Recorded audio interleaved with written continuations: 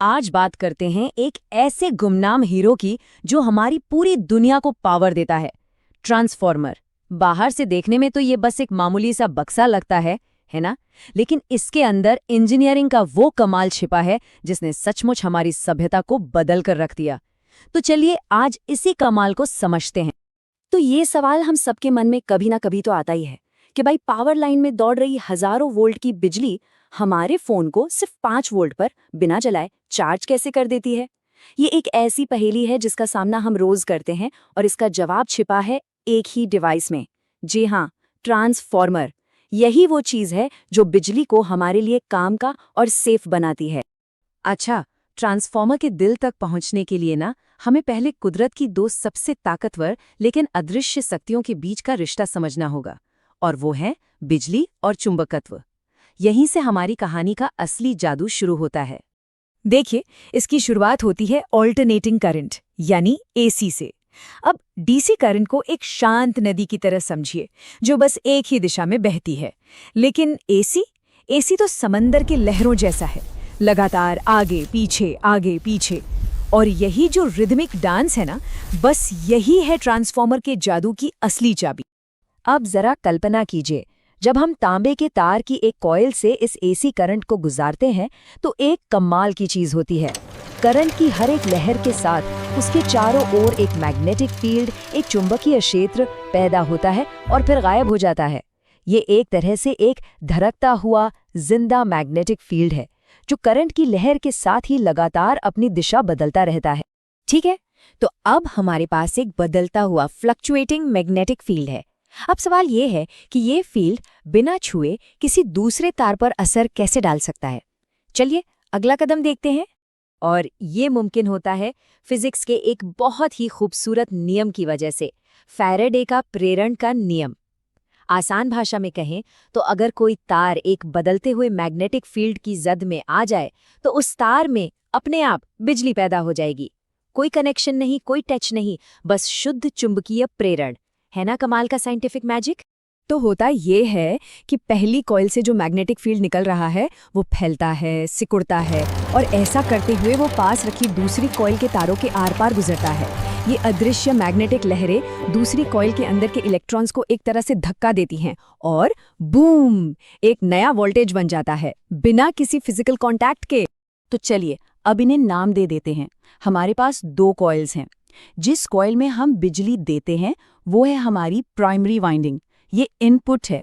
और जिस कॉइल में ये नई बिजली पैदा होती है वो है सेकेंडरी वाइंडिंग, ये हमारा आउटपुट है। सिंपल। लेकिन एक मिनट, अगर ये इतना ही आसान है तो फिर हम हवा में ही बिजली क्यों नहीं भेज देते? यहाँ एक प्रॉब्लम है। सिर्फ 2 कॉइल्स को हवा में आसपास रख देने से काम नहीं बनता। ये तरीका बहुत ही ज्यादा इनएफिशिएंट है। चलिए देखते हैं क्यों, और इंजीनियर्स ने इसका क्या जबरदस्त हल निकाला। इसको ऐसे समझिए, मान लीजिए मैग्नेटिक फील्ड एक फव्वारे से निकलता पानी है। अगर कोई पाइप न हो तो पानी हर तरफ बिखर जाएगा, है ना? बिल्कुल वैसे ही प्राइमरी कॉइल से निकलने वाला ज्यादातर मैग्नेटिक फील्ड सेकेंडरी कॉइल तक पहुंचने से पहले ही हवा में लीक हो जाता है, मतलब एनर्जी की जबरदस्त बर्बादी। और यही एंट्री होती है ट्रांसफॉर्मर के असली हीरो की, आयरन कोर यानी लोहे का कोर। देखिए, लोहा मैग्नेटिक फील्ड के लिए एक चुंबक जैसा काम करता है। ये उस बिखरे हुए मैग्नेटिक फील्ड को पकड़ता है और उसे एक सीधा रास्ता दिखाता है, बिल्कुल एक सुपर हाईवे की तरह। और ये पक्का करता है कि लगभग 100% मैग्नेटिक एनर्जी बिना बर्बाद हुए प्राइमरी से सेकेंडरी तक पहुंच जाए। तो ठीक है, अब जब हमने एनर्जी को एक कॉइल से दूसरी कॉइल तक एफिशिएंटली ट्रांसफर करना सीख लिया तो अब आते हैं ट्रांसफॉर्मर के मेन काम पर, यानी वोल्टेज को बढ़ाना या घटाना। और जानते हैं, वोल्टेज बदलने का ये जो राज है वो हैरान करने वाला सिंपल है। इसमें कोई कॉम्प्लेक्स इलेक्ट्रॉनिक्स नहीं है, ये बस गणित है।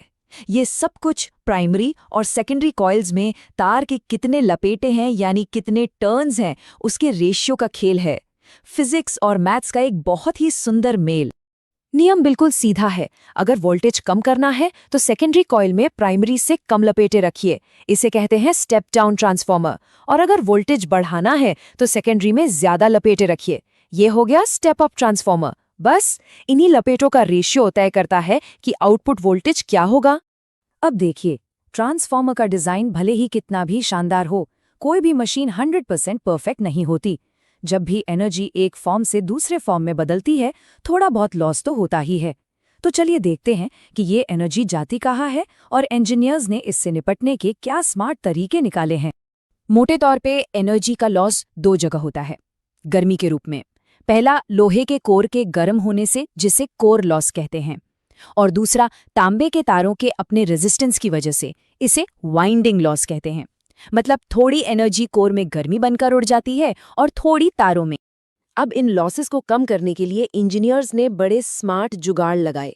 कोर लॉस के लिए वो एक खास तरह का सिलिकॉन स्टील इस्तेमाल करते हैं और कोर को लोहे के एक मोटे टुकड़े की जगह पतली पतली शीट्स को एक के ऊपर एक रखकर बनाते हैं, बिल्कुल सैंडविच की तरह।